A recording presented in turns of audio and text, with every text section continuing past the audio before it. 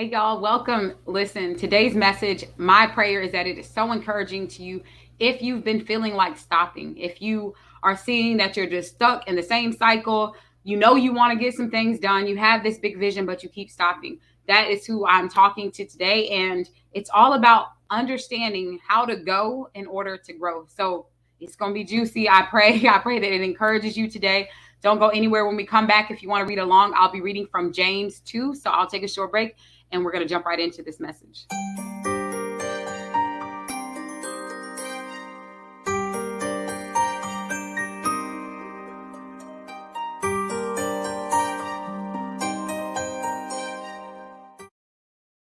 All right, welcome back. By the way, if you don't know me, I'm Erica Latrice.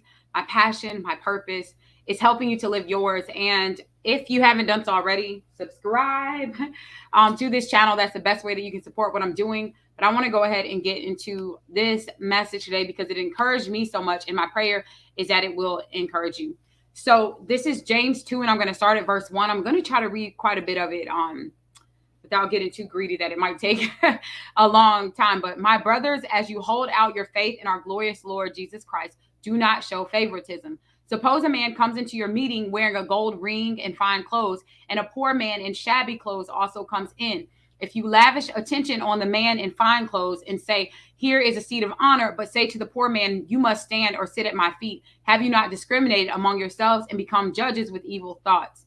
That like continue to read. This is again James 2, but I want to keep going. So this is verse 14. I'm kind of skipping down, but again, read the whole thing for yourself. What good is it, my brothers, if someone claims to have faith but has no deeds? Can such faith save him? Suppose a brother or sister is without clothes and daily food. If one of you tells him, "Go in peace, stay warm and well fed," but does not provide for his physical needs, what good is that? So too, faith by itself, if it does not result in action, is dead. And I want to talk about that because even with that scenario of how we can treat some people a certain way because of how they present themselves, or we're treated a certain way because of how we present ourselves, and then turn around and mistreat someone else. But we say we have faith, but we say that we have grace, but we say that we have mercy. And I know we've all been guilty of this at times. But even furthermore, when he talks about the action side of it, don't just look at people and say, "Sis, I'm just going to pray for you." But we don't do what's within our power to do. We don't do what's in our hands to do to help others or to further the vision that God has given us.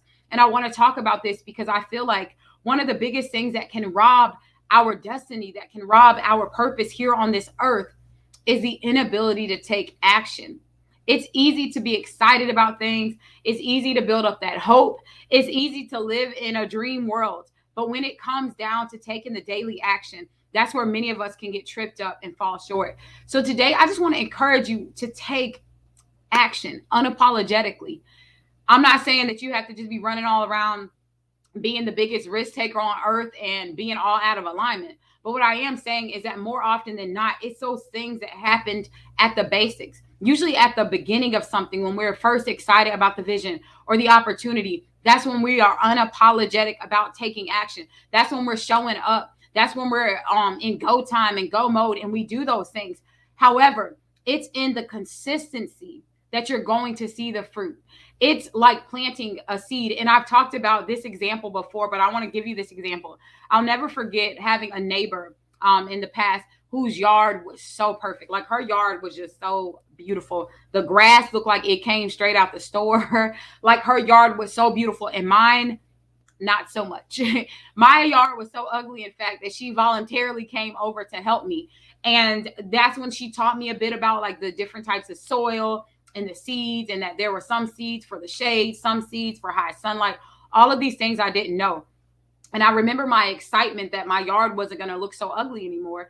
So I followed her instructions and I started planting the seeds. Now, for a while, my yard was just covered in dirt. And it was a little disheartening because I'm sitting here like, well, I listened to you and your yard is looking like a carpet and mine is looking like a landfill. Like, why is nothing happening?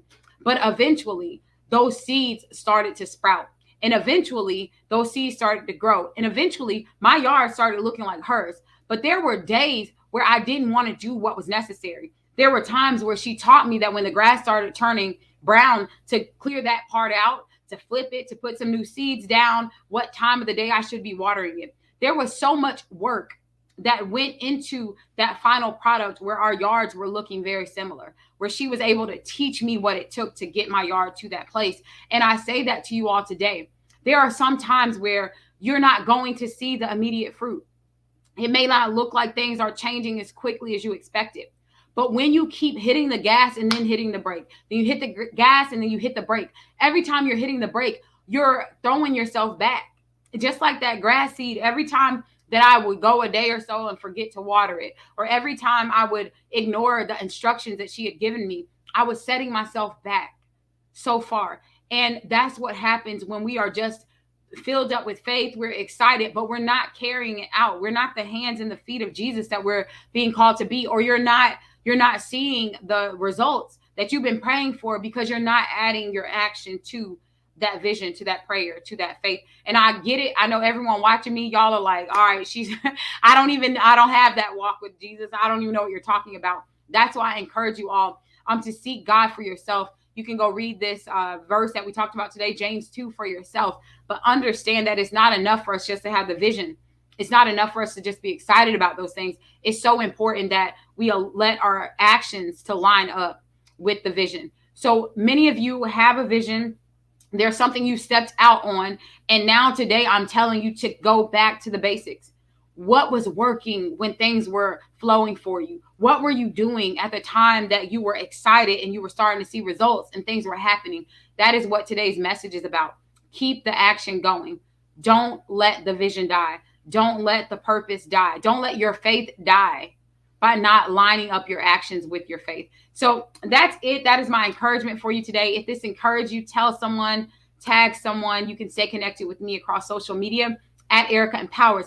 Now, if you are someone, you have a message, you're ready to start standing on your story, I have the beautiful, amazing privilege to work with women around the world, literally internationally, to help them turn their message into a movement. So I've created some great resources for you, and I have a private group where we just talk about how to piece your message together, how to add the action. I didn't even think about this, how to add that action to your faith. So you're not just hype. You don't just have a business. You don't just have a book that's collecting dust. You don't just have a message, but no one ever gets to hear it. You can add actual action and excellence and stewardship to your faith. So if that is you, you can go to increaseyourvoice.com. I have a starter kit there. It's going to help you start getting your message together, get connected with media outlets, get your speaking kit together. Just really start putting those tools in place to get your message out there to the level that you've been called to. So if that relates to you, or if you can relate to that, go to increaseyourvoice.com to get that starter kit, or you can comment if you missed what I just said, and I'll connect with you so that you can get the support in that area. But that's it, y'all. Go be so amazing today that people can't help but get excited when they get connected with you, and I will see you in the next video. Take care.